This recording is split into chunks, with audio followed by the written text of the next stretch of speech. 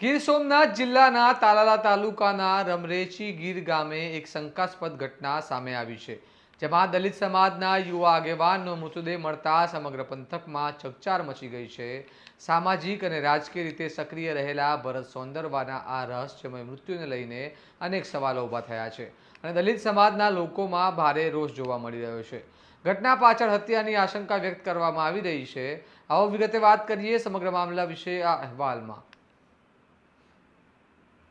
નમસ્કાર, હું ચિરાગ વર્ષાબેન, આપ જોઈ રહ્યા છો સ્વમાન। તાલાલા તાલુકાના રમરેચી ગીર ગામના નવા પ્લોટ વિસ્તારમાં દલિત સમાજના યુવા આગેવાન ભરત સોંદરવાનો મૃતદેહ તેમના માસીના ઘર નજીકથી મળી આવ્યો હતો। સ્થાનિકોને આ અંગે જાણ થતાં તાત્કાલિક પોલીસને જાણ કરવામાં આવી અને પોલીસે સ્થળ પર પહોંચી સમગ્ર મામલે તપાસ શરૂ કરી હતી। મૃતક ભરત સોંદરવા તાલાલા અને માળિયા તાલુકા વિસ્તારમાં દલિત સમાજના સક્રિય યુવા આગેવાન તરીકે ઓળખાતા હતા। તેઓ માળિયા તાલુકાની જૂથળ ગ્રામ પંચાયતની સામાજિક ન્યાય સમિતિના ચેરમેન તરીકે ફરજ બજાવતા હતા। રાજકીય રીતે તેઓ આમ આદમી પાર્ટી સાથે સંકળાયેલા હતા અને આરટીઆઈ એક્ટિવિસ્ટ તરીકે પણ વિવિધ મુદ્દાઓ પર અવાજ ઉઠાવતા। ખાસ કરીને ગોંડલ અને મેંદરડા વિસ્તારમાં દલિત સમાજના પ્રશ્નોને લઈને તેઓ સક્રિય રીતે કામ પણ કરતા। મૃતદેહ મળ્યાની પરિસ્થિતિ શંકાસ્પદ હોવાનું સામે આવતા તેમની હત્યા થઈ હોવાની આશંકા વ્યક્ત કરવામાં આવી રહી છે। પ્રાથમિક માહિતી મુજબ મૃતદેહના માથાના ભાગે ઈજાના નિશાન પણ જોવા મળ્યા હોવાનું જાણવા મળ્યું છે। વધુમાં જ્યાં મૃતદેહ મળ્યો હતો તેની નજીક એક બલેનો કાર પણ ઊભી હાલતમાં મળી આવી છે, પરંતુ આ કાર કોની છે અને તેની આ ઘટના સાથે શું સંબંધ છે તે બાબતે હજુ સ્પષ્ટતા થઈ નથી।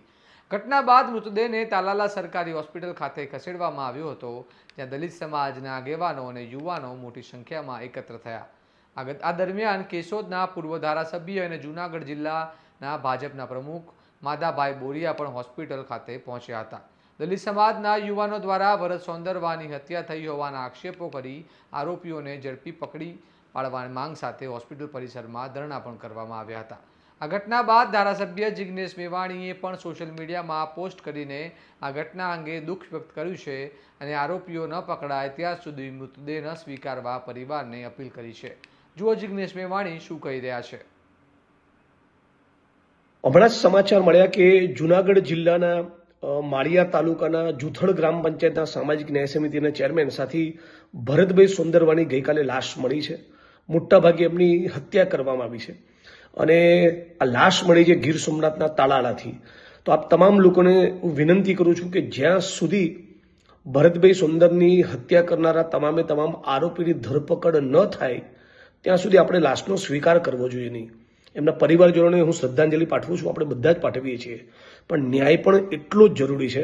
એટલે તમામ લોકોને આ વિડીયોના માધ્યમથી અપીલ કરું છું કે ભરતભાઈ સોંદરવા એ ફક્ત ગામની આખા તાલુકા અને જિલ્લા માટે દોડનારો, લડનારો, મથનારો માણસ હતો।